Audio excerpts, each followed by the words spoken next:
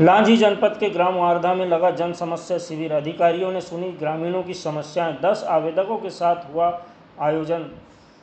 बता दें कि 25 अक्टूबर को बालाघाट कलेक्टर मृणाल मीणा के निर्देशन में और जिला पंचायत के मुख्य कार्यपालन अधिकारी अभिषेक सराफ के नेतृत्व में जनपद पंचायत लांजी के ग्राम पंचायत नेवरवाई के ग्राम वारधा में जन समस्या निवारण शिविर एवं वन अधिकार तथा आधार संबंधी विशेष शिविर का आयोजन किया गया। शिविर में अधिकारियों ने सुनी ग्रामीणों की समस्याएं।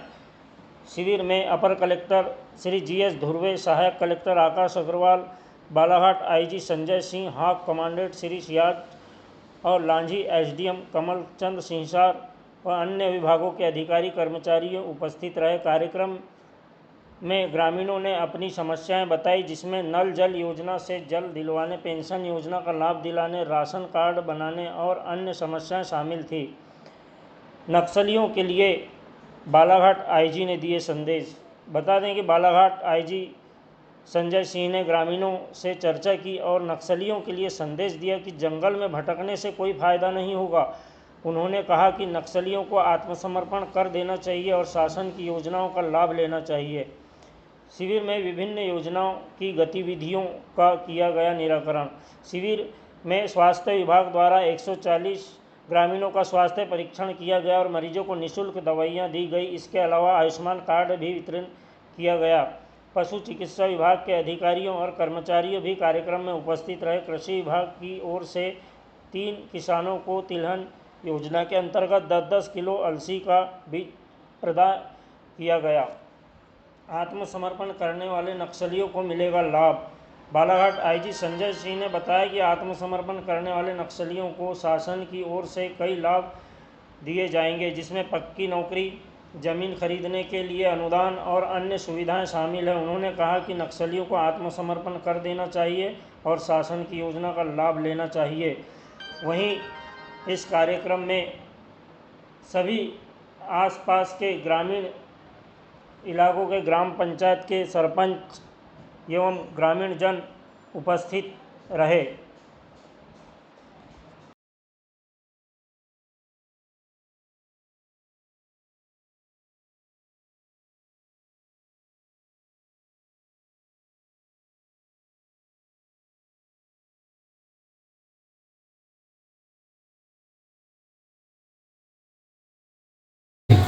मालूम है ना?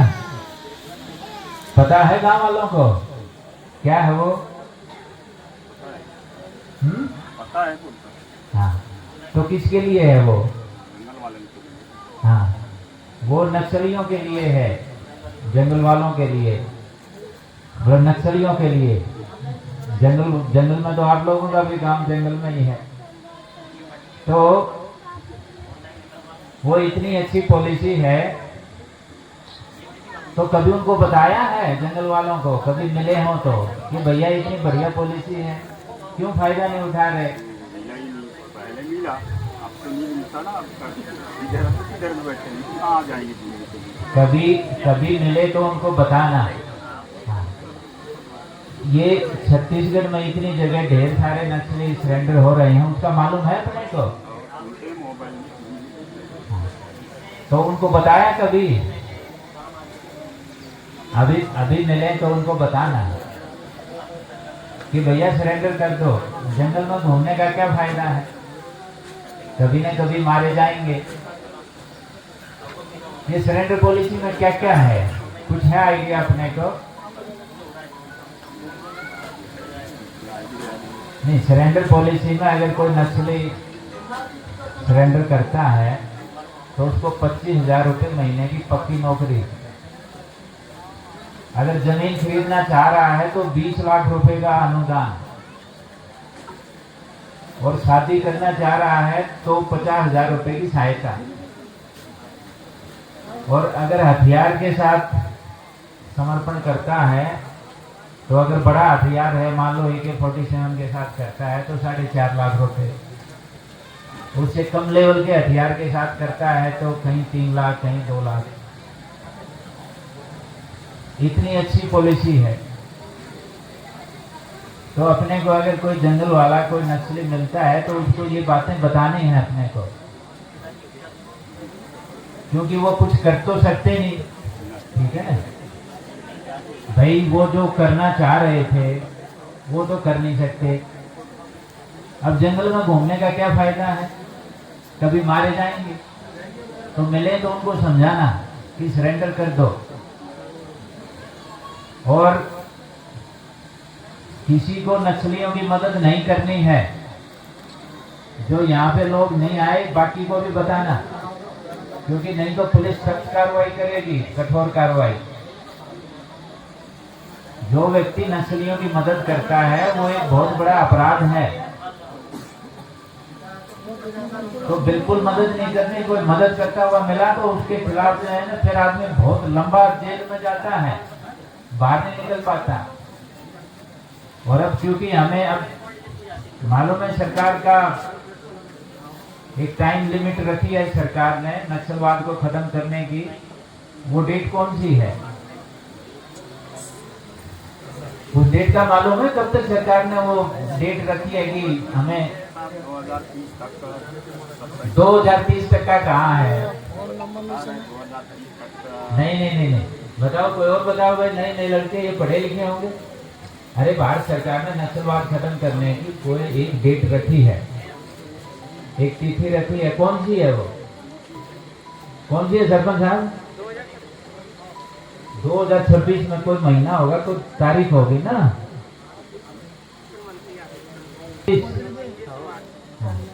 तो ये आपको बताना चाहिए ना, आप तो सरपंच हो।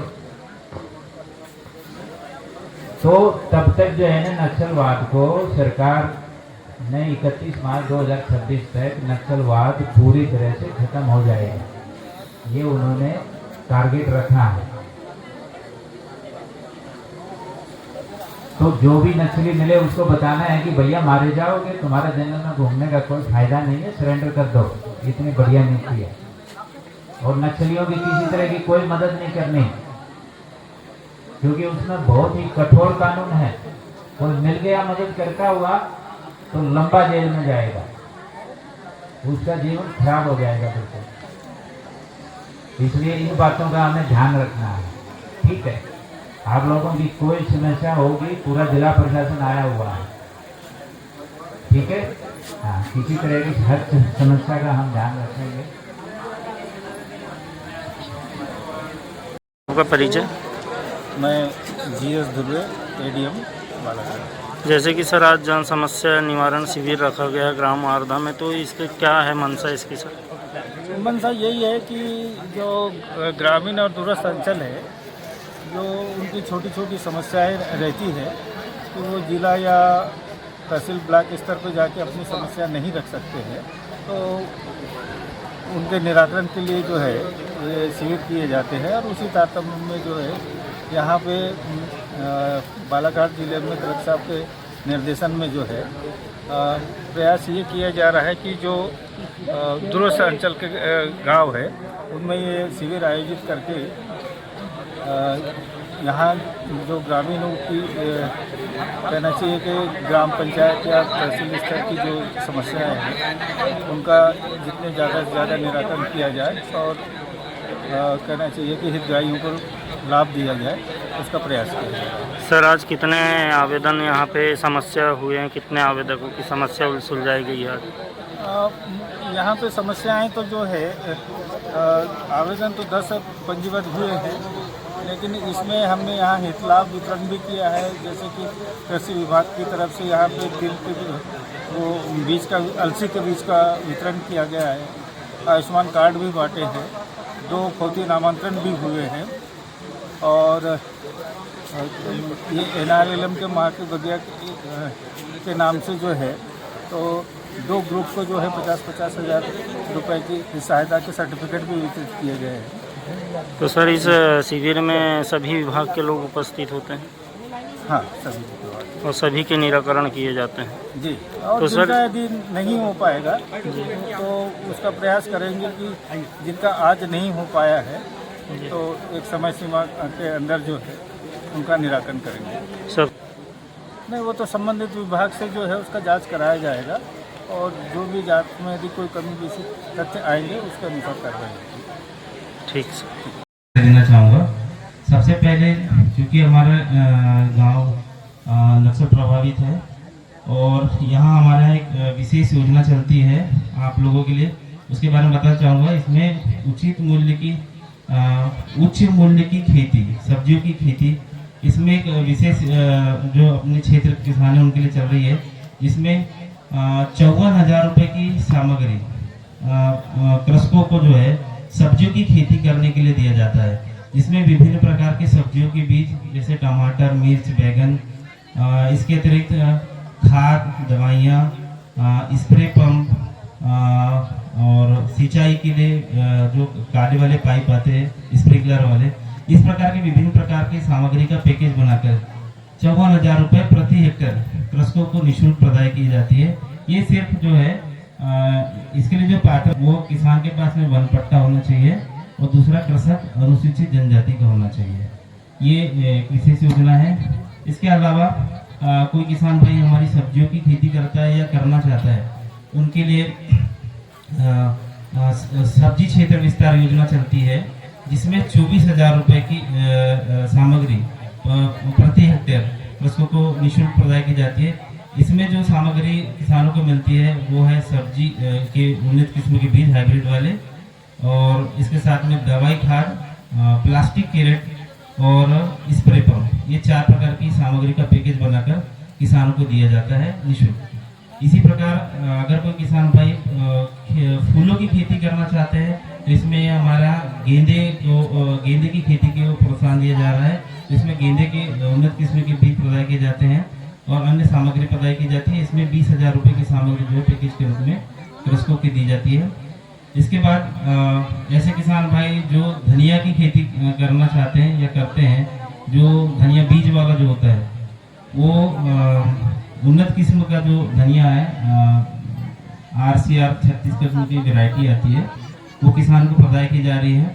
और इसमें भी जो है 14,000 रुपये का जो है किसानों को सामग्री का पैकेज बनाकर प्रति हेक्टेयर जो है किसानों को दिया जाता है। मैं देना चाहता हूँ, सर्वप्रथम योजना है इंदिरा गांधी राष्ट्रीय वृद्धावस्था पेंशन योजना। इसके अंतर्गत पात्रता ऐसे BPL धारी वृद्धजन जिनकी आयु 60 वर्ष या उससे राशि प्रदान की जाती है। उसके बाद अगली योजना है इंदिरा गांधी राष्ट्रीय विधवा पेंशन योजना। इसके अंतर्गत 40 या उससे अधिक आयु की BPL धारी कार्ड महिलाएं, इन्हें भी 600 रुपये पेंशन प्रदान की जाती है। इसके बाद अगली योजना है इंदिरा गांधी राष्ट्रीय निःशक्त पेंशन योजना। इसके अंतर्गत 18 वर्ष या उससे अधिक के ऐसे दिव्यांगजन जिनकी दिव्यांगता का प्रतिशत 40% या उससे अधिक है, इन्हें भी 600 रुपये प्रतिमाह प्रदान किया जाता है। उसके बाद अगली योजना आती है कन्या अभिभावक पेंशन योजना। इसमें ऐसे माता पिता जिनकी केवल कन्या ही संतान है, आयु 60 वर्ष से अधिक के वृद्धजन है ना, इन्हें भी 600 रुपये पेंशन प्रतिमाह प्रदान की जाती है। इसके बाद अगली योजना है सामाजिक सुरक्षा परित्यक्ता पेंशन योजना। इसमें ऐसी महिलाएं जिनकी आयु 18 वर्ष से अधिक हो, जो परित्यक्त हो चुकी है ना, BPL कार्डधारी ऐसी महिलाएं जो परित्यक्त हो चुकी है ना, तो उन्हें भी 600 रुपये प्रतिमाह प्रदान किया जाता है। इसके बाद अगली योजना है सामाजिक सुरक्षा कल्याणी पेंशन योजना। इसमें ऐसी विधवा महिलाएं जिनकी आयु 18 वर्ष से अधिक है, जो विधवा हो चुकी है, उन्हें भी 600 रुपये प्रतिमाह प्रदान किया जाता है। ठीक। उसके बाद अगली योजना आती है राष्ट्रीय परिवार सहायता योजना। इसमें BPL कार्डधारी ऐसे परिवार जिनके मुख्य कमाऊ सदस्य उनकी मृत्यु हो चुकी है, आयु से 60 वर्ष के अंदर होना चाहिए मृतक की आयु, उसमें 20,000 रुपये एक मुश्त राशि इसमें प्रदान की जाती है। अगली योजना है